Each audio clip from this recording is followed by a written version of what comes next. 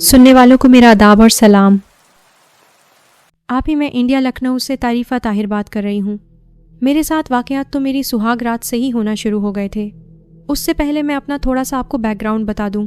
میرے 3 بھائی ہیں اور میں ایک ہی بہن ہوں۔ میری ماں کی ڈیتھ 2005 میں ہو چکی تھی، جب میں 20 سال کی تھی۔ میں سب سے چھوٹی ہوں۔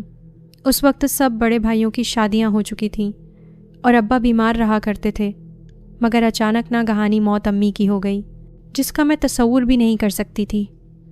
سب سے چھوٹے بھائی اور مجھ میں 10 سال کا فرق تھا، اور باقی ان سے بڑے بھائیوں سے 14 اور 15 سال کا عمروں کا فرق تھا۔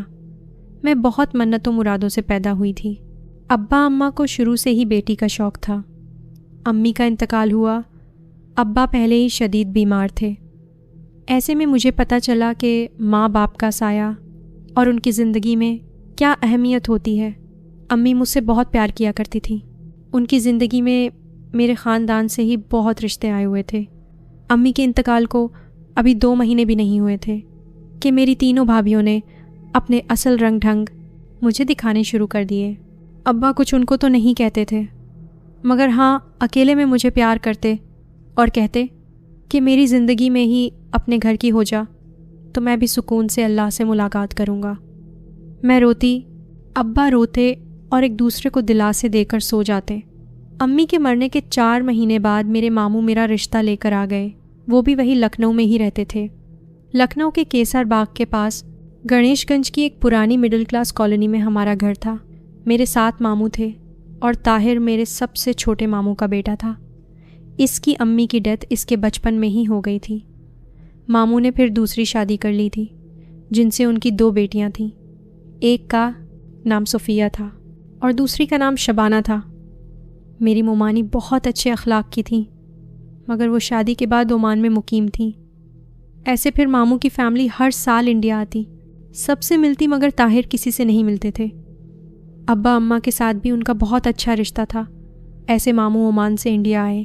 ہمارے ایریا میں ہی ان کا گھر تھا، جس کا ایک حصہ رینٹ پر تھا، جبکہ دوسرے حصے میں یہ خود رہا کرتے تھے جب بھی آیا کرتے۔ طاہر مجھ سے 20 سال بڑے تھے۔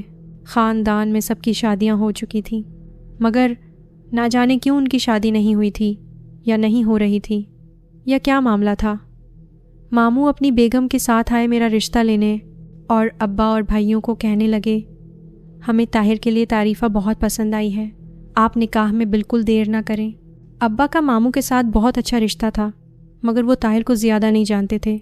ایک تو وہ انڈیا ہی بہت کم آتے، اور اب رشتے کے ٹائم مومانی نے بتایا طاہر کا رشتہ کرنے کے بعد وہ طاہرہ کے ساتھ یہاں انڈیا ہی رہے گا، میں اپنی بیٹیوں کے ساتھ واپس عمان چلی جاؤں گی۔ ابا نے سوچنے کے لیے ٹائم مانگا، مگر بھائیوں نے بازار سے مٹھائی منگوا کر وہی سب کا منہ میٹھا کروا دیا۔ ہماری طرف سے بات پکی۔ جیسے میں نے پہلے بھی کہا، ابا بہت بیمار تھے، وہ پھر بیٹوں کے آگے کچھ نہ بول سکے۔ ایسے پھر طاہر کے ساتھ میری بات پکی ہوئی اور 2 ہفتوں کے بعد شادی کی تاریخ رکھ دی گئی۔ طاہر شادی پر 15 سال کے بعد پہلی بار انڈیا آئے تھے، اور یہاں ان کا بڑا سا گھر تھا۔ ایسے میرا نکاح سادگی سے محمد طاہر صدیقی کے ساتھ ہو گیا۔ اب یہاں سے میری زندگی ہی بدل گئی۔ شادی کی پہلی رات تھی۔ میں بستر پر بیٹھی اپنے کمرے میں طاہر کا انتظار کر رہی تھی۔ کمرہ خوشبو سے مہک رہا تھا۔ مجھے کوئی سامان نہیں دیا تھا۔ مومانی نے کہا کہ ہمیں 2 جوڑوں میں ہی طاہرہ چاہیے۔ بھائی تو بہت خوش تھے۔ میں گردن جھکائے طاہر کی راہ دیکھ رہی تھی۔ گھر میں کوئی مہمان نہیں ٹھہرا تھا۔ یہ سال 2005 تھا۔ نکاح تو میرا صبح ہی ہو چکا تھا، مگر مجھے کمرے میں عشاء کے بعد بھیج دیا گیا تھا۔ اب میں بیڈ پہ بیٹھی تھک چکی تھی۔ سب تو جا چکے تھے۔ رات کے 2 بج رہے تھے۔ میں نے اب محسوس کیا کہ ایک دم سے سارے گھر میں خاموشی ہو گئی ہے۔ میں اٹھی، سارا چکر لگایا اپنے کمرے کا۔ ابھی سوچ ہی رہی تھی کہ کیا کروں کہ ایک دم سے مومانی کمرے میں آئیں اور کہنے لگیں کہ طاہر کے دوست ہی ابھی گئے ہیں، وہ آ رہا ہے، مجھے تم سے کچھ بات کرنی ہے۔ میں بھی بیڈ پر ان کے ساتھ بیٹھ گئی۔ مومانی مجھے کچھ عجیب سی لگ رہی تھیں۔ کہنے لگیں کہ کل ولیمہ ہے تو تمہارے ماموں، میں اور میری بیٹیاں سب عمان چلے جائیں گے۔ تم کل سے گھر میں اکیلی رہو گی، تم کو ہی گھر سنبھالنا ہے۔ میں نے کہا جی، مگر ماموں نے تو ایسا کچھ نہیں کہا تھا، میں اکیلی کیسے رہوں گی؟ اس پر ممانی کہنے لگیں تم پر ایک بھاری ذمہ داری بھی ہے تو اس کو نبھاؤ، طاہر تمہارے حوالے۔ جاتے ہوئے ایک بہت عجیب سی بات کر گئیں کہ تمہاری زندگی میں کچھ بھی ہوا اپنے گھر والوں سے ذکر مت کرنا اور نہ کسی رشتہ دار کو بتانا، ورنہ تم خود ہی مشکل میں پڑ جاؤ گی۔ یہ کہہ کر وہ چلی گئیں۔ کیوں کہ مسلسل لینڈ لائن پر کسی کا اتنی رات کو فون آ رہا تھا۔ مجھے سمجھ ہی نہیں آئی کہ یہ ابھی مجھ سے کیا کہہ کر گئی ہیں، کس مشکل کی بات کر رہی ہیں۔ اتنے میں کمرے کا دروازہ کھلا اور طاہر کمرے میں آئے۔ پہلی بار 15 سال کے بعد میں نے ان کو اپنی سہاگ رات میں دیکھا تھا۔ مجھے طاہر سے پہلے نہ کسی نے ملوایا اور نہ ہی اب کی حالیہ تصویر دکھائی تھی۔ میرے شوہر طاہر لمبے قد کے مگر انتہائی کمزور تھے۔ وہ آتے ہی نہ سلام نہ دعا اور مجھے کہنے لگے میری کسی بھی چیز کو ہاتھ مت لگانا۔ یہ کہہ کر وہ دوسری طرف منہ کر کے بغیر کپڑے بدلے ہی سو گئے تھے۔ وہ اتنی گہری نیند میں چلے گئے جیسے گھوڑے بیچ کر سو رہے ہوں۔ مجھے بھی سچویشن کی سمجھ نہیں آئی اور میں بیڈ سے اٹھی۔ میرا کمرے میں دل گھبرا رہا تھا، جیسے کوئی میرا گلا دبا رہا ہو۔ میں اٹھ کر نہ جانے کیوں ڈریسنگ ٹیبل کی سیٹ پر بیٹھ کر خود کو شیشے میں دیکھنے لگی۔ شیشے سے ہی طاہر کو دیکھ رہی تھی اور سوچ رہی تھی کیا یہی ہوتی ہے شادی۔ میری ڈریسنگ ٹیبل پر ایک بہت چھوٹی سی سجاوٹی موم بتی جل رہی تھی۔ پتہ نہیں کیسے دیکھتے ہی دیکھتے میرے کمرے کے پردے میں آگ لگ گئی۔ میں نے شور مچایا، باہر کو بھاگی تو اکیلی ٹی وی لاؤنج میں مجھے ممانی کھڑی ملی اور کہنے لگیں کہ تمہیں ابھی سمجھایا تھا، کوئی بھی مشکل تم تک آئے کسی کو مت بتانا، اس کو خود ہی قابو کرنا سیکھو۔ تھوڑی سی موم کیا پردے پر گری تم نے تو گھر سر پر اٹھا لیا۔ پھر وہ میرا ہاتھ پکڑ کر اندر گئیں تو پردے میں آگ نہیں لگی تھی بلکہ اس کے اوپر موم گری ہوئی تھی اور وہ نیچے سے معمولی سا کالا ہو گیا تھا۔ میں نے ممانی کو کہا اس پردے میں آگ لگی تھی، میں نے خود دیکھا ہے۔ ممانی بولی شور مت کرو، کل ولیمہ ہے، خاموشی سے سو جاؤ۔ لوگ اپنی سہاگ رات کو کتنا خوش ہوتے ہیں نا، مگر میرے ساتھ ایسا کوئی معاملہ ہی نہیں تھا۔ میرا دل گھبرا رہا تھا۔ میں نے کپڑے چینج کیے، وضو کیا اور جائے نماز لے کر بیٹھ گئی۔ میں اپنی ہی سہاگ رات میں بہت روئی۔ مجھے میری امی بہت یاد آئی۔ آدھا گھنٹہ میں جائے نماز پر بیٹھی رہی۔ اس کے بعد مجھے طاہر کی نیند میں بڑبڑانے کی آواز آنے لگی۔ میں نے دیکھا طاہر کے منہ سے تھوک نکل رہا ہے جو ان کی گردن تک جا رہا ہے اور وہ نیند میں بہت بے چین تھے۔ میں نے ان کو پہلے آواز دی مگر انہوں نے کوئی جواب نہیں دیا۔ اس کے بعد وہ ایک دم سے نیند سے اٹھے اور سیدھے میرے سامنے کھڑے ہو گئے کہ میں ڈر کے پیچھے ہو گئی۔ ان کی آنکھیں اب پوری کھل چکی تھیں۔ وہ مجھے دیکھ کر دانت پیس رہے تھے۔ پھر وہ غسل خانے میں چلے گئے۔ وہاں جا کر نلکا کھول کر دانتوں کو برش کرنے لگے۔ میں ان کے پیچھے گئی۔ اس کے بعد انہوں نے غسل خانے کا دروازہ اپنے پاؤں سے بند کیا۔ میں وہیں رک گئی۔ اب جب وہ غسل خانے سے باہر آئے تو مجھے انہوں نے سلام کیا اور وہ وضو کر کے نکلے تھے۔ میں نے ان کو جواب دیا اور انہوں نے شیروانی کے ساتھ ہی وضو کیا۔ باہر آ کر میری جائے نماز کی جگہ بیٹھ گئے۔ اتنے میں فجر کی اذان ہو گئی اور انہوں نے میرے ساتھ نماز ادا کی۔ پھر وہ مجھے کہنے لگے تعریفہ میرا ساتھ دینا، ہمیشہ مجھے چھوڑ کر مت جانا۔ یہ کہہ کر وہ بستر پر لیٹ گئے۔ صبح ہونے کو تھی۔ میں بھی بہت تھک چکی تھی۔ ایسی آنکھ لگی کہ کچھ ہوش نہیں رہا۔ صبح ہوئی دیکھا تو کوئی میرے کمرے کا دروازہ کھٹکھٹا رہا تھا۔ صبح کے 8 بج رہے تھے۔ ہماری شادی نہ جانے کیوں سادگی سے رکھی گئی اور ولیمے پر بھی بہت کم لوگوں کو بلایا گیا، وہ بھی شادی حال میں سب لوگ آنے تھے۔ گھر ایک دم خالی تھا۔ ایک عورت جن کا نام عابدہ تھا، انہوں نے کہا طریفہ بیگم اٹھ جائیں، آپ کے گھر والے ناشتہ لے کر آتے ہوں گے، آپ نے ہی ان کو دیکھنا ہے۔ میں نے کہا باقی سب گھر والے کہاں ہیں؟ تو وہ بولیں آپ کے ماموں تو ابھی تک سو ہی رہے ہیں اور آپ کی ممانی اور ان کی بیٹیاں پارلر گئی ہیں، دوپہر کا ولیمہ ہے، آپ کو گھر میں ہی میک اپ کرنے والی 2 لڑکیاں آئیں گی، آپ تیار ہو جائیں۔ میں شاور لے کر 10 منٹ میں باہر آئی تو میرا ایک ہی بھائی آیا تھا ناشتہ لے کر، اور وہ کہنے لگا مجھے دیر ہو رہی ہے، انتظامات دیکھنا ہے۔ اس کے بعد وہ چلے گئے۔ طاہر نہیں اٹھے۔ میری تو خالی گھر دیکھ کر جیسے بھوک ہی مر گئی تھی۔ لڑکیاں آئیں، مجھے تیار کرنے لگیں۔ دن کے 12 بج چکے تھے۔ حال تو دیکھو، میں ابھی تک اکیلی تھی۔ طاہر اور ماموں جان سو رہے تھے۔ گھر کی عورتیں ہی گھر میں نہیں تھیں، نہ وہ شادی والا گھر لگ رہا تھا۔ مجھے حال میں اکیلے ہی بھیج دیا گیا۔ میرے گھر والے آئے تھے۔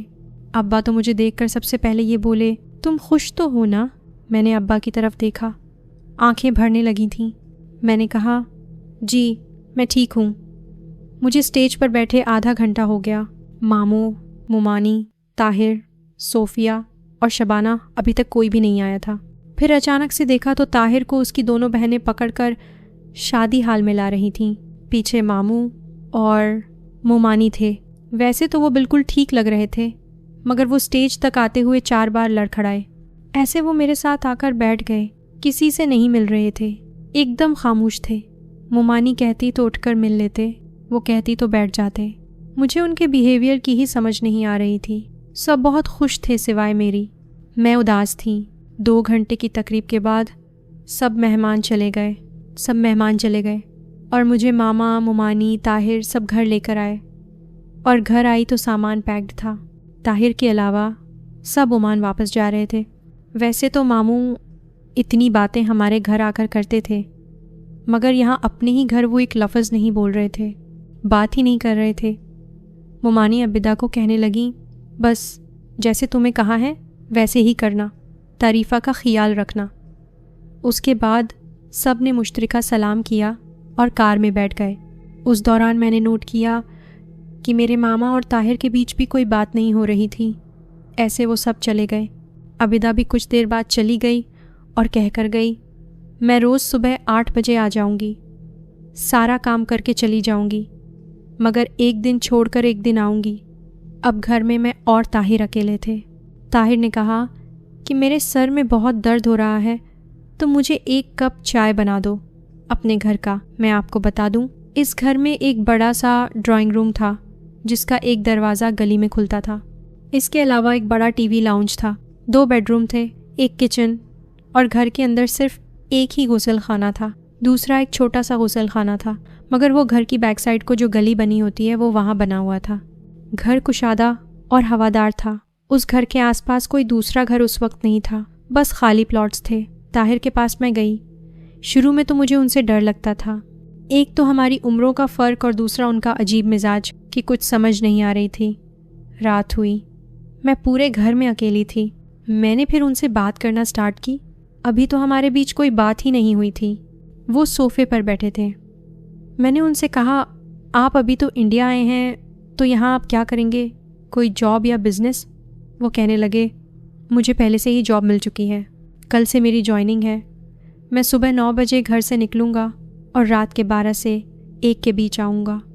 میں نے تو بات شروع کرنے کے لیے ویسے ہی یہ سوال پوچھ لیا، اور ان کا جواب سن کر میں تو گھبرا ہی گئی۔ کون سی ایسی جاب ہے جو صبح 9 سے رات 1 بجے تک ہے اور میں سارا دن گھر رہوں گی؟ آپ کیا صرف سونے کے لیے گھر آئیں گے؟ ابھی میں سوچ ہی رہی تھی۔ وہ دوبارہ بولے، میں کیا کرتا ہوں، کب آتا ہوں، کب جاتا ہوں؟ مجھے سخت نفرت ہے سوال کرنے والے لوگوں سے۔ وہ سو گئے اور میں بھی بعد میں سو گئی۔ شادی کا 3را دن تھا۔ آدھی رات کو میری آنکھ کھلی جیسے کوئی پیچھے گھر کی گلی میں چل رہا ہے۔ پہلے تو میں نے اپنا وہم سمجھا، بعد میں جب پوری طرح سے اٹھ گئی تو مجھے کلیئرلی پیچھے گلی میں کسی کی آہستہ آہستہ چلنے کی آوازیں آ رہی تھیں۔ اس نے بوٹس پہنے ہوئے تھے۔ میرے کمرے کی کھڑکی اس گلی میں کھلتی تھی، جبکہ میرے اسی کمرے کا دوسرا دروازہ بھی وہاں کو کھلتا تھا، مگر اس کو لاک کر کے آگے پردہ لگایا ہوا تھا۔ کبھی میں چھوڑ سمجھوں، کبھی ڈر جاؤں، عقل ہی کام نہیں کر رہی تھی۔ لگاتار 7 منٹ تک وہ آواز آتی رہی۔ یہ بھی بتا دوں کہ اس گھر کا ایک حصہ ہمیشہ کرائے پر رہتا تھا، مگر جب سے ہماری شادی ہوئی تھی کرایہ داروں سے گھر خالی کروا لیا گیا تھا۔ میرا شک اب یقین میں بدل گیا۔ میں اتنی ڈر چکی تھی، طاہر کو اٹھاؤں ہلاؤں، مگر ان پر کسی چیز کا اثر ہی نہیں ہوا۔ اس رات میں دوبارہ سو گئی۔ صبح اٹھی، طاہر کو بتایا تو وہ بولے، ایسی آوازوں کو لے کر بیٹھی رہی تو تم یہاں اکیلی نہیں رہ سکتی۔ میں ناشتہ بنانے چلی گئی۔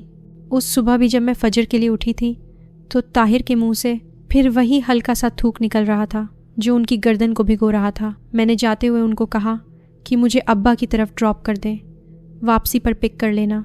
وہاں گئی تو ابا میرے ہی انتظار میں بیٹھے تھے۔ مجھے ملتے ہوئے کہتے ہیں، اپنا روز حسار کیا کر، نماز نہیں چھوڑنی چاہیے کچھ بھی ہو جائے۔ انہوں نے مجھے اپنا خواب تو نہیں بتایا، مگر اتنا کہا کہ تمہارے بارے میں پریشان کن خواب دیکھا ہے۔ بھابیاں میرے آنے سے زیادہ خوش نہیں لگ رہی تھیں، اور واپسی پر جب میں طاہر کے ساتھ جانے لگی تو مجھے بھائیوں کہنے لگے، روز یہاں آؤ گی تو وہ گھر کیسے آباد ہوگا جہاں شادی کر کے تم گئی ہو؟ ابا کچھ کہنا چاہتے تھے مگر بھائیوں کے آگے خاموش ہو گئے۔ میں اور طاہر گھر آئے تو گھر میں عجیب سی خوشبو ہر طرف سے آ رہی تھی۔ میں نے نوٹ کیا کہ گھر کی کچھ چیزیں ہلی ہوئی ہیں، جیسے ٹی وی لاؤنج میں جھاڑو بکھرا پڑا تھا، جیسے کسی نے جان کر کیا ہو۔ ہمارے اس ڈرائنگ روم میں ایک تصویر دیوار پر لگی تھی، وہ الٹی تھی، وہ ایک پینٹنگ تھی، اور اس کو کیوں کوئی الٹا کرے گا جبکہ وہ شو پیس کے طور پر ہی وہاں لٹکائی ہوئی تھی۔ ہماری فریج کا سوئچ آف تھا۔ وہ تو شکر ہے کہ سردی کا موسم تھا، ورنہ فریج میں رکھی سب چیزیں خراب ہو جاتی۔ ایسے ہی میری شادی کو 1 مہینہ ہو چکا تھا۔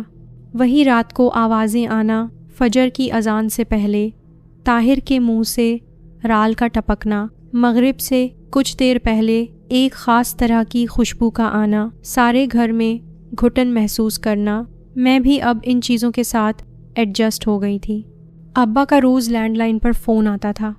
1 منٹ کے لیے ہی صحیح وہ میرا حال ضرور پوچھتے تھے۔ پھر گھر میں مزید کچھ ایسی چیزیں ہونا شروع ہو گئے اور یہاں سے زندگی نے نیا موڑ لیا۔ ایک شام میں گھر پر اکیلی تھی، بیڈ پر بیٹھی طاہر کے کپڑے الماری میں رکھ رہی تھی کہ مجھے کلیئرلی ایک کالا سا فگر باتھ روم کے دروازے پر کھڑا ہوا نظر آیا۔ میں نے جب مڑ کر دیکھا تو کچھ بھی نہیں تھا، مگر باتھ روم کے دروازے کے ہینڈل کے ساتھ لگی چابی حرکت کر رہی تھی، جیسے ابھی کوئی اس کو ہلا رہا تھا۔ سردی کا موسم تھا، یہ بھی نہیں کہہ سکتی کہ پنکھے کے چلنے سے شاید چابی ہلی ہو۔ ایسا کچھ نہیں تھا۔ مجھے ابھی تک اتنا محسوس ہو چکا تھا کہ اس گھر میں کوئی مسئلہ ضرور ہے۔ میں نے آیت الکرسی کو پڑھنا شروع کیا۔ میرے دماغ میں کیا بات آئی، میں نے اونچی آواز میں کہہ دیا، میں پہلے ہی بہت اکیلی ہوں، اس لیے آپ جو کوئی بھی مخلوق ہو مجھے تنگ نہ کرو، نہ میں آپ کو تنگ کروں گی۔ رات کے 12 بج چکے تھے، طاہر ابھی تک نہیں آئے تھے۔ ہماری شادی کو 3 مہینے ہو چکے تھے اور وہ ابھی تک میرے قریب ہی نہیں آئے تھے۔ اس گھر میں اب میرے ساتھ خوابوں کا ایسا سلسلہ شروع ہوا جو حقیقت کے ساتھ ملتا چلا گیا۔ جیسے ایک رات طاہر آئے، وہ مجھ سے زیادہ بات کرتے نہیں، سو گئے۔ اس رات پہلی بار مجھے خواب آیا کہ ایک بہت ہی بوڑھا آدمی ہے، شاید 100 سال سے بھی زیادہ اس کی ایج ہو گئی۔ وہ ہمارے ڈرائنگ روم میں بیٹھا ہے اور وہاں سے اٹھ کر میرے کمرے میں آتا ہے، میرے شوہر کے پاس جا کر کھڑا ہو جاتا ہے، ان کے ہاتھ مڑنا شروع ہو جاتے ہیں۔ وہ بوڑھا آدمی وہاں ہی کھڑا ہے، طاہر کو دیکھ رہا ہے۔ دیکھتے ہی دیکھتے اس آدمی کی ہائٹ بہت لمبی ہو جاتی ہے، میری آنکھ کھل جاتی ہے۔ جب کھلتی ہے تو کیا دیکھتی ہوں کہ طاہر کے دونوں ہاتھ مڑ رہے ہیں اور وہ سلیپ پیرالسس کی حالت میں تھے۔ میں نے ان کو اٹھایا تو وہ کہنے لگے کہ پتہ نہیں مجھے کیا ہوا تھا، کوئی چیز میرے اوپر بیٹھی تھی، میرے سینے پر، جس کے جسم پر چھوٹے چھوٹے دانے نکلے ہوئے تھے۔ وہ میرا دل دبا رہی ہے، بند کر رہی ہے، اس کا اس قدر بھار ہے کہ میں اس کو نہیں اٹھا پا رہی۔ وہ سردی میں ہی پسینے میں بھیگے ہوئے تھے۔ ان 3 مہینوں میں صرف 3 بار ہی میری ساس کا فون آیا تھا۔ ماموں سے تو وہ بات ہی نہیں کرواتی تھیں، کبھی کوئی بہانہ، کبھی کچھ۔ طاہر سے بہت بار پوچھا مگر وہ اپنے کام کے بارے میں مجھے نہیں بتاتے تھے۔ ایک دوپہر عابدہ آئی ہوئی تھی، مجھے کہنے لگی، تعریفہ باجی میں نے سارا کام کر دیا ہے، اب میں جاؤں۔ اس وقت میری طبیعت ٹھیک نہیں تھی۔ جب سے اس گھر میں شادی کر کے آئی تھی طبیعت ہی بوجھل رہتی اور مجھ پر نیند کا خمار ہی ہر وقت رہتا۔ میں نے عابدہ کو کہا فریج سے چکن کا پیکٹ نکال کر پانی میں بھگو دو اور پیاز اور ٹماٹر مجھے کاٹ دو۔ اس نے اچھا کہہ دیا۔ جب وہ فریج سے گوشت نکالنے کے لیے گئی تو کہنے لگی، باجی یہ گوشت صحیح نہیں لگ رہا۔ مجھے یاد آیا کہ ہمارے گھر چھوٹے کا گوشت ہو یا بڑے کا یا چکن ہو، وہ 24 گھنٹوں کے بعد اتنی گندی اسمیل چھوڑ دیتا، ہمیں اس کو پھینکنا پڑ جاتا۔ یہ کہتے ہوئے وہ چکن کا پیکٹ نکال کر بھگونے لگی۔ 5 سے 10 منٹ کے بعد ہی اس چکن کے گوشت سے سفید رنگ کے چھوٹے چھوٹے لاروے نکلنا شروع ہو گئے۔ اتنی زیادہ تعداد میں نکل آئے کہ ہم حیران رہ گئے۔ 24 گھنٹوں سے زیادہ اس گھر میں گوشت ہی خراب ہو جاتا تھا، اس لیے میں نے جب بھی پکانا ہوتا تازہ ہی عابدہ سے منگواتی۔ مگر ایک بات اور عجیب تھی، چاہے جس بھی دکان سے گوشت آتا، بیف اور مٹن کو پکا کر جب بھی ہم ہڈیاں باہر گیرج میں رات کو رکھتے تو صبح ان ہڈیوں کا کچومر نکلا ہوتا تھا، ایسے گندے طریقے سے کھائی ہوتی۔ اس گھر میں بلیاں تو تھیں مگر یہ بلیاں نہیں کھاتی تھیں، وہ ایسے کہ بند شاپرز کے اندر ہی ہڈیوں کا کچومر بنا ہوتا تھا۔ اگر بلی کھاتی تو کم سے کم شاپر تو پھٹا ہوتا۔ اب شادی کو 4 مہینے ہو چکے تھے۔ مومانی کا پھر فون آیا۔ وہ فون پر بہت عجیب باتیں کرتی تھی۔ کبھی مجھے کہتی کہ طاہر کو کسی کے گھر مت جانے دینا، کبھی کہتی اس سے زیادہ بات مت کیا کرو، کبھی کہتی وہ زیادہ چیخے تو بس اس کے پاس اگربتی کی خوشبو جلا دیا کرو، وہ خاموش ہو جائے گا، کہ کوئی بھی آدمی اس کو ملنے آئے تو وہ سارا گھر کا چکر لگائے گا، تم نے اس کو نہیں روکنا، اس کو بیف اور مٹن کسی صورت نہیں کھلانا، اس کو نہیں پسند۔ گھر میں ہر جمعے رات کو پچھلے برآمدے میں میٹھے چاول بنا کر رکھ دینا، پرندے کھا لیں گے، اس سے کبھی اس کے کام کا مت پوچھنا، تم نے گھر کی کوئی بات اپنے باپ یا بھائیوں کو نہیں بتانی۔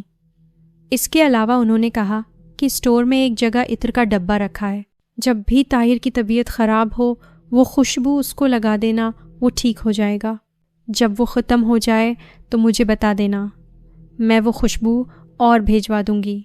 اتنی پابندیاں مجھ پر لگا رہی تھیں، میں نے بھی ایسا ہی کرنا شروع کر دیا۔ کچھ باتیں تو میں بھول بھی جاتی تھیں۔ میں ہر جمعے رات کو میٹھے چاول پکا کر ایک پلیٹ پیچھے رکھتی اور اگلی صبح ایک چاول کا دانہ بھی وہاں نہیں ہوتا تھا، جیسے کسی نے چاٹ کر پلیٹ صاف کی ہو۔ پرندے تو رات کو نہیں آتے۔ پھر چاول کون کھا رہا تھا؟ ابا روز پوچھتے، مگر میں ان کو شروع میں باتیں بتاتی رہی، بعد میں بتانا چھوڑ دی۔ وہ اس لیے کہ ابا سے کی گئی ہر بات کا ممانی کو اللہ جانے کیسے پتہ چل جاتا تھا۔ میری ایک ایک بات ان تک پہنچ جاتی تھی۔ کبھی ایسا ہوتا میں جب بھی رسی پر کپڑے سوکھنے ڈالتی تو اگلے دن وہ نیچے گرے ہوتے یا رسی ٹوٹ کر نیچے گری ہوتی۔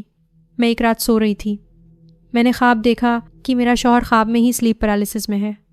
ایک کالی پرچھائی اس کے پاس کھڑی ہے، وہ ایک عورت ہے جس کے بال بہت لمبے ہیں، بس وہ کھڑی ہے، کوئی حرکت نہیں کرتی۔ وہی سفید کپڑوں والا آدمی میرے ڈرائنگ روم میں رکھی ڈائننگ ٹیبل کی کرسی پر بیٹھا ہے اور وہاں سے اٹھ کر کمرے میں آتا ہے، تو وہ عورت جو میرے شوہر کے پاس کھڑی ہے وہ اس کو دیکھ کر وہاں سے بھاگ جاتی ہے۔ میری آنکھ کھلی تو حقیقت میں میرا شوہر سلیپ پیرالسس کی حالت میں تھا۔ میں نے اٹھ کر ان کو اٹھایا تو پہلی بار ان 4 مہینوں میں وہ بولے، میں نے بہت برا خواب دیکھا ہے، ایک عورت میرے پاس کھڑی ہے، مجھ پر اپنا بھار ڈال رہی ہے، شکر ہے تم نے مجھے نیند سے جگایا ہے۔ اس کے بعد میرے شوہر کی حالت بڑی عجیب سی ہونے لگی۔ وہ اپنی آنکھوں کو دائیں اور بائیں بہت تیز حرکت کر رہے تھے اور میری بات ہی نہ سنے نہ کوئی جواب دے۔ وہ بہت پراسرار لگ رہے تھے۔ پھر مجھے یاد آیا کہ میری ساس نے کہا تھا اسٹور میں کوئی خوشبو رکھی ہے، وہ طاہر کو لگانی ہے۔ میں بھاگی اور اف، پتہ نہیں کیسی تیز خوشبو تھی، وہ میں نے لگائی طاہر کو اور وہ ایک دم سے بالکل ٹھیک ہو گئے، اوپر سیدھا چلے گئے۔ میں حیران ہوئی کہ یہ اوپر والے پورشن میں کیوں جا رہے ہیں۔ کچھ گھنٹوں کے بعد وہ نیچے آئے، جا کر وضو کیا اور فجر کی نماز پڑھنے لگے، اور اس وقت میں نے ان کو دعا مانگتے سنا۔ وہ دعا میں کہہ رہے تھے، مجھے اس مصیبت سے نکال دے جس میں بچپن سے گرفتار ہوں۔ پتہ نہیں کیسی مصیبت کی وہ بات کر رہے تھے۔ کچھ دن کے بعد دروازے پر بیل ہوئی۔ طاہر اس دن گھر تھے۔ انہوں نے دروازہ کھولا تو ایک عجیب سا آدمی اندر آیا۔ اس کے ہاتھ میں سگریٹ تھا، کالی شلوار قمیض پہنی ہوئی تھی اور گلے میں مالا سی تھی۔ وہ ڈرائنگ روم میں بیٹھا طاہر سے عجیب سوالات پوچھ رہا تھا۔ پہلے کہنے لگا، ایک ململ کا کپڑا لاؤ، سفید اس کا رنگ ہو۔ میں دروازے سے سب کچھ دیکھ رہی تھی۔ میں نے وہ کپڑا دیا۔ اس آدمی نے اس کپڑے کو اپنے سامنے بچھایا اور پتہ نہیں کیا پڑھنے لگا تھا۔ کوئی اچھی چیز تو نہیں پڑھ رہا تھا۔ خون کے چھینٹے آئے اور اس سفید کپڑے پر لگ گئے۔ اس کے بعد اس آدمی نے کہا کہ میں گھر کا سارا چکر لگانا چاہتا ہوں۔ طاہر اس کو اندر لے آئے۔ اس نے مجھے دیکھا اور اتنی گندی نظر سے مجھے دیکھنے لگا۔ جیسے ہی میرا اس کے ساتھ آمنا سامنا ہوا، وہ گھوم کر ڈرائنگ روم میں آیا اور آ کر وہیں بیٹھ گیا اور کہنے لگا، اس کو بول میرے سامنے بیٹھ، یہ جو بھی چیز ہے اس کے اوپر آ جائے گی۔ میں تو اندر کمرے میں بھاگ گئی اور طاہر نے اس کو کیا کہا کہ وہ چلا گیا، مگر جاتے ہوئے ہمارے مین گیٹ کے آگے 5 بار دھاگوں کی ڈوریاں کیلوں کے ساتھ باندھ گیا اور کہنے لگا، اب جو بھی تیرے گھر آیا وہ ان سے ٹکرا کر مارا جائے گا۔ یقیناً وہ کسی انسان کے گھر میں داخلے کی بات نہیں کر رہا تھا۔ اس رات مجھے اتنا ڈر لگا، میں وضو کر کے جائے نماز پر بیٹھ کر لا حول ولا قوت الا باللہ اور درود شریف پڑھنے لگی۔ میرے ہاتھ میں تسبیح تھی۔ یہ پڑھتے ہوئے ہی مجھے نیند آ گئی اور میں وہیں جائے نماز پر سو گئی۔ مجھے شادی کے بعد پہلی بار اپنی مرحومہ دادی اور مرحومہ نانی دونوں خواب میں نظر آئیں اور کہنے لگیں کہ قرآن کی تلاوت کرو۔ ایسا ان دونوں نے مجھے 3 بار کہا۔ اس کے بعد میں خواب میں ہی قرآن پاک پڑھنا شروع کر دیتی ہوں۔ میرے شوہر اور مرحومہ ماں دونوں میرے پاس آ کر بیٹھ جاتے ہیں۔ میری آنکھ کھلی تو فجر کی اذان ہو رہی تھی، سارے گھر کی لائٹس آف تھیں اور مجھے میرے کمرے سے طاہر کے چیخنے کی آواز آ رہی تھی۔ وہ پھر سلیپ پیرالسس کی حالت میں تھے۔ میں نے ان کو اٹھایا، ان کے منہ سے جھاگ نکلتا جا رہا تھا۔ میں نے اس رات ان کو کہا کہ خدا کے لیے مجھے بتائیں یہ سب کیا ہے؟ کیا آپ بیمار ہیں؟ کوئی مسئلہ ہے؟ شادی کے اتنے ٹائم کے بعد بھی ہم ایک دوسرے سے بہت دور ہیں، آپ مجھ سے کیا چھپا رہے ہیں؟ وہ مجھے دیکھتے جا رہے تھے، اٹھے اور سیدھا وضو کرنے چلے گئے۔ ہم دونوں نے نماز ادا کی۔ اس رات وہ رونے لگے، مجھے کہنے لگے اگر میں تم سے کچھ کہوں تو تم اس کو راز رکھ سکتی ہو؟ میں نے کہا جی، آپ بتائیں کیا بات ہے؟ وہ پھر مجھے کہنے لگے میں بچپن سے ہی بہت تکلیف میں ہوں، میرے ساتھ تب سے ہی دو مخلوقات رہتی ہیں، ایک نیک ہے اور ایک بری مخلوق، ایک عورت جیسی بھیانک مخلوق ہے جو میرے پاس رہتی ہے، جبکہ دوسری انتہائی بوڑھا جن ہے۔ یہ دونوں مجھ پر حاوی ہو جاتے ہیں۔ جب ان دونوں کا مقابلہ ہوتا ہے، میں بولی مقابلہ؟ کیا مطلب؟ میں سمجھی نہیں۔ طاہر بولے میں 7 سال کا تھا جب میری ماں اس دنیا سے چلی گئی تھی، اس کے بعد امی جان آ گئیں۔ وہ اپنی سوتیلی ماں کو امی جان کہا کرتے تھے۔ انہوں نے کہا مجھے بس اتنا یاد ہے کہ جب امی جان ابا کی زندگی میں آئیں تو میرے ابا میرے نہیں رہے تھے۔ میں دیکھا کرتا تھا کہ میری امی جان ہر روز میرے ابا کو دودھ میں کوئی سفوف ملا کر دیتی تھیں۔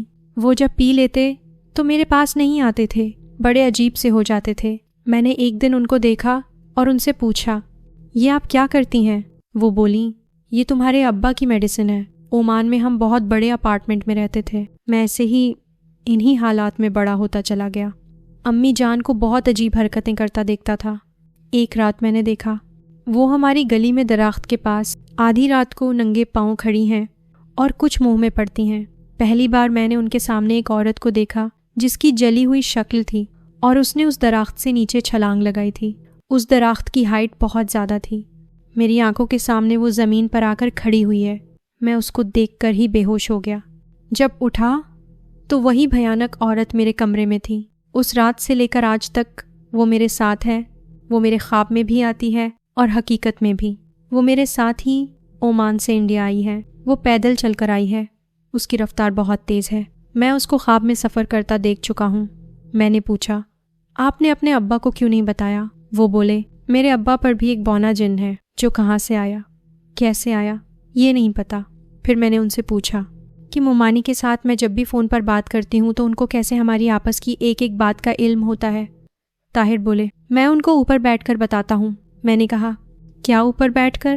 وہ بولے اوپر جو گھر کا خالی پورشن ہے، میں صبح سے لے کر رات تک وہیں ہوتا ہوں، میں کہیں جاب نہیں کرتا۔ وہ مجھے اوپر لے جاتی ہے، مجھے نہیں نکلنے دیتی۔ شادی کے اتنے مہینوں کے بعد بھی میں زوجیت کے حقوق ادا نہیں کر سکتا، کیونکہ وہ مجھے مار دے گی یا تمہیں مار دے گی اگر ہم ایسا کوئی بھی تعلق بنا لیتے ہیں۔ میں ان کے سامنے بیٹھی یہ سب باتیں سنتی جا رہی تھی۔ کان سرخ ہو چکے تھے، آنکھوں سے آنسو نکل رہے تھے اور میں صدمے کی کیفیت میں تھی کہ میرے ساتھ یہ سب کیا ہو گیا ہے۔ اب مجھے سب باتیں سمجھ میں آ رہی تھیں کہ کیوں سب خاندان والوں سے ہمیشہ طاہر کو دور رکھا گیا۔ ان کی شادی نہ ہونے کے پیچھے یہ سب معاملات چل رہے تھے۔ میں نے کہا وہ بوڑھا جن جس کو میں نے خواب میں دیکھا وہ کون ہے؟ طاہر بولے جب میں 25 سال کا ہوا تو میں نے اپنا خود ہی روحانی علاج کرنے کا سوچا۔ میرا ایک دوست عمان میں میرے ساتھ ہوتا تھا، اس کا نام شفیق تھا۔ وہ مجھے ایک بار جمعے کی نماز کے بعد کسی صاحب سے ملوانے لے کر گیا۔ انہوں نے کسی علم سے مجھ پر ایک بوڑھے جن کو لگا دیا۔ ان کا مقصد تھا کہ یہ مخلوق اس شیطانی مخلوق سے میری حفاظت کرے گی، اور سچ میں بھی ایسا ہی ہو رہا ہے۔ پچھلے 15 سال سے وہ بوڑھا جن اور اس بری اینٹی دونوں کے بیچ شدید لڑائی ہوتی ہے۔ وہ گندی مخلوق میرے اندر سے نہیں نکلتی۔ جس خوشبو کو امی جان نے تمہیں مجھے لگانے کے لیے دیا ہے وہ اسی بری مخلوق کی پسندیدہ خوراک ہے۔ مجھے جب بھی سوتے میں سلیپ پیرالسس ہوتا، میرے منہ سے تھروک نکلتا، وہ اس وقت ان دونوں مخلوقات کی آپس میں جنگ ہو رہی ہوتی ہے۔ یہ بوڑھا جن جیسے ہی اس فیمیل جن کو مارنے لگتا تھا، تم مجھے خوشبو لگا دیتی تھی جس سے وہ بہت زیادہ طاقت والی ہو جاتی اور بوڑھا جن کمزور پڑ جاتا تھا، واپس چلا جاتا تھا۔ میں نے پھر ان کو کہا، کیا آپ اس وقت اس فیمیل جن کو دیکھ سکتے ہیں؟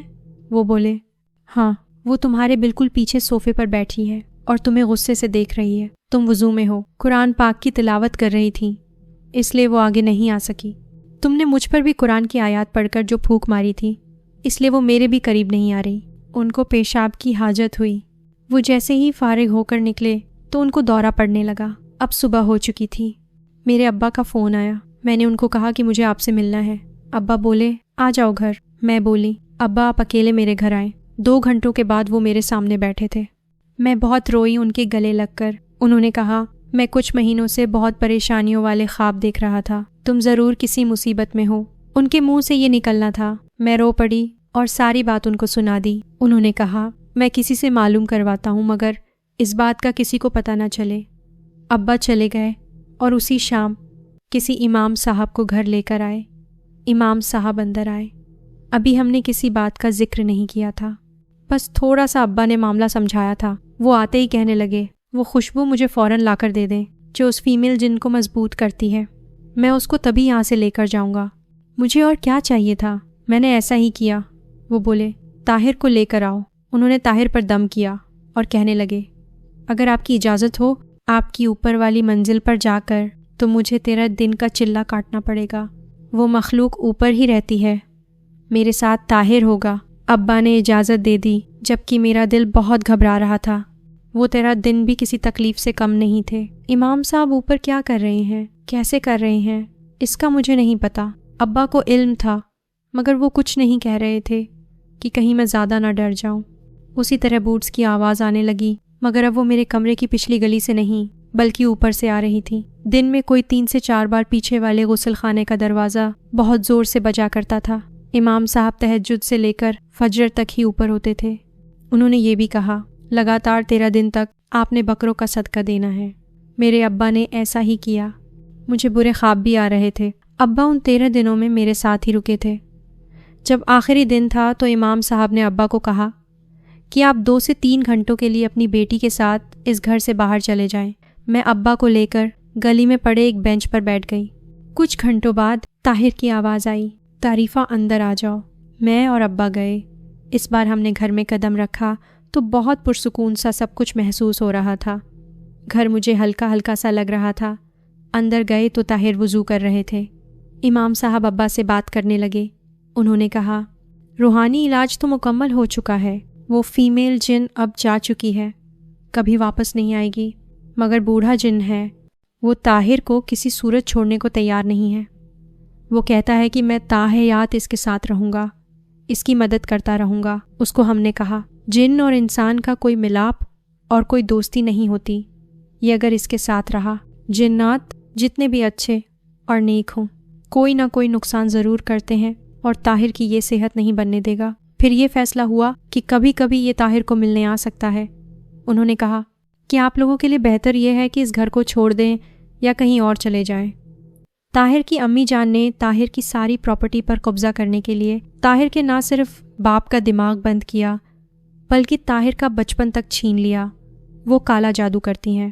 طاہر کے باپ پر بھی کیا ہوا ہے کہ یہ عقل بوجھ سب کھو بیٹھے ہیں۔ طاہر کی سوتیلی نانی نے طاہر کی سوتیلی ماں کو کالا جادو سکھایا اور اب وہ اس کو صوفیہ اور شبانہ کو بھی سکھا چکی ہیں۔ ان کا وہ اور خالی نہیں جاتا۔ وہ جو سفید صفوف ماموں کو دودھ میں گھول کر پلاتی تھیں، ان سب پر جادو کیا جاتا رہا ہے۔ مومانی بہت چالاک عورت تھی۔ باہر سے تو اپنا حلیہ ایسا دینی بنایا ہوا تھا کہ اللہ کی پناہ، سر پر دوپٹہ، ہاتھ میں موٹے دانوں والی تسبیح، اور جہاں جاتی یہی کہتی کہ میں تو زمین میں جہاں بھی گڑھا دیکھتی ہوں تو مجھے اپنی قبر یاد آ جاتی ہے۔ ایک دن ہم سب نے مر کر مٹی ہو جانا ہے، اپنی موت کو یاد رکھو۔ سب سمجھتے تھے کتنی خدا ترس اور اللہ والی عورت ہے۔ مومانی نے طاہر اور ماموں پر جادو کیا ہوا تھا۔ ماموں کی 2007 میں ڈیتھ ہو گئی۔ اس کے بعد طاہر نے سب پراپرٹی مومانی کو دے کر ان سے ہر طرح کا رشتہ ختم کر دیا، اور ایسے خاندان میں مومانی کی ساری حقیقت کھل گئی۔ صفیہ اور شبانہ کی شادیاں ہوئیں مگر اب وہ دونوں ڈیورسڈ ہیں، پراپرٹی کے لیے ایک دوسرے پر کیس کیے ہوئے ہیں۔ ان کی کوئی اولاد نہیں ہوئی۔ لاسٹ ایئر مومانی کی بڑی عجیب موت واقعہ ہوئی۔ وہ غسل خانے کے فرش پر مردہ حالت میں پائی گئی تھیں۔ ان کے کانوں اور ناک سے خون نکل رہا تھا۔ ان کی گلا دبانے سے موت واقعہ ہوئی تھی، مگر باتھ روم تو اندر سے بند تھا۔ وہ اس کے فرش پر مردہ حالت میں گری ہوئی تھیں۔ میں ابھی لائف میں طاہر کے ساتھ بہت سکون سے رہتی ہوں۔ میرے 5 بچے ہیں ماشاء اللہ۔ یہ میری وہ بھیانک شادی شدہ زندگی تھی جس کو میں کبھی چاہ کر بھی نہیں بھلا سکتی۔ اینڈ پر یہ بولنا چاہتی ہوں، جادو کسی کو کبھی خوشی یا تسکین نہیں دیتا، اس کا انجام ہمیشہ بھیانک ہوتا ہے۔ تعریفہ طاہر، انڈیا، لکھنؤ سے۔ اللہ حافظ۔